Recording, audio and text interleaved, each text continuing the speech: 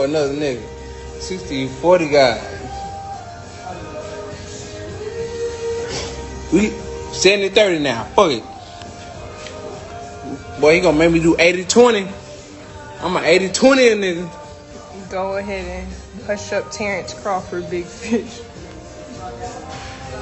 Hey, they gotta pay like they wait, man. I gotta bring that up for all you Erroll Spence fanatics that seem to forget that your boy was out there trying to play Big Willie and all this other stuff while y'all talking about he's a man of his word and he went back and kept the fight. No, Erroll Spence was playing and was trying to make himself seem way bigger than what he was. I'm an 80-20 nigga.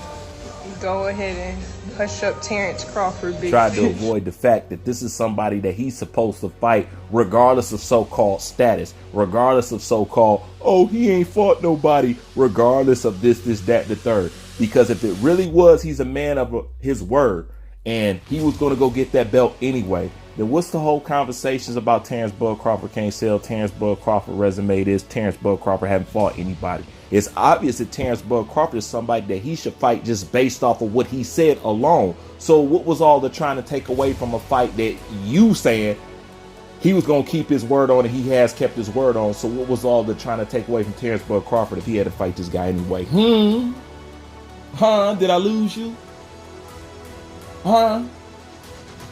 That don't make no sense. But see, I will not forget all that stuff that y'all was talking about how this boy can't sell, and y'all love bringing up money. You know, back in the beginning, it's funny how a lot of stuff that y'all was saying in the beginning, y'all not saying now, and a lot of people have peeped that about y'all. But see, I'm like an elephant. I don't forget. I wait for the right time. You know, y'all want to be silent on certain stuff. See, I ain't going to be one of those people, oh, let's not bring that up because the fight is made now. Lo, let's bring it up right now because the fight is made. I've been waiting for this opportunity. I've been waiting to have these conversations. So now I'm just going to bring back up what y'all was talking about this whole time. And this whole time, y'all was talking about how somebody's better. Erroll Spence make more money and this, that, and the third. I just have a question for you. You want to have that money conversation now? I bet you don't. I bet you don't. You want to know why?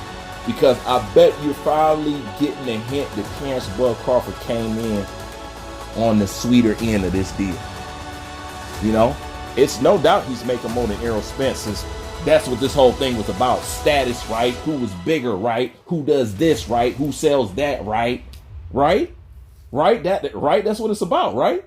So let's talk about it now. Let's talk about how he wasted this whole time trying to be bigger than what he was, to only be on a level, if not lower, than where he tried to place Bud. Bruce, what are you talking about? It's no secret that Terrence Bud Crawford is making more money than Erroll Spence, just based off of the fact that Terrence Bud Crawford is a free agent and Erroll Spence is paying two managers, not one, but two managers.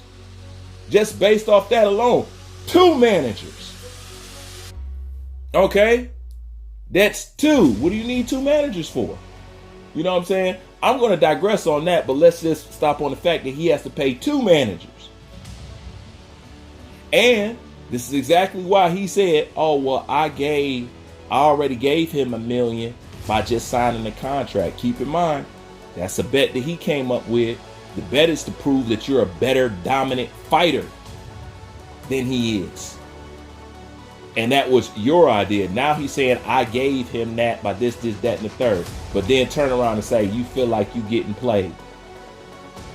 So it's no secret if he had to go out his way and hire a whole new management team to make a fight that basically Al Heyman didn't want to make for him, he has to, you know, split up some bread with not just Al Heyman, but his new management team. That alone is ripping a hole in your pocket, and he claimed to be everything about 60-40 guy and this kind of money and that kind of money and my kids don't eat this. Now, the irony of the whole situation is, look at it now. Because if we was to talk A side, B side, which it ain't gonna be no A side or B side, but if we was just to look at who has the superior side of negotiations, there's no doubt that you would have to say that that's Bud.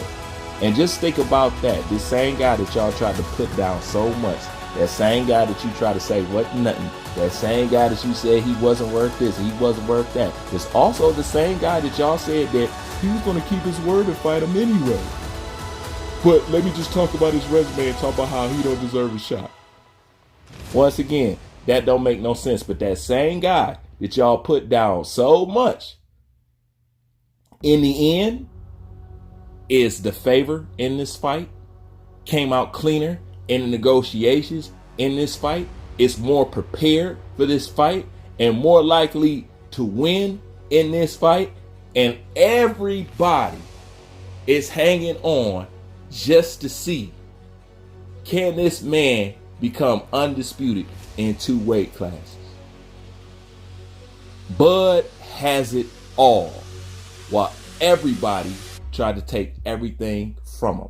I just had to bring all that up to put it on your mind so you can see the irony in this situation and how it's just so funny to me to see that this guy that they say that was so low be above the person that you call the big fish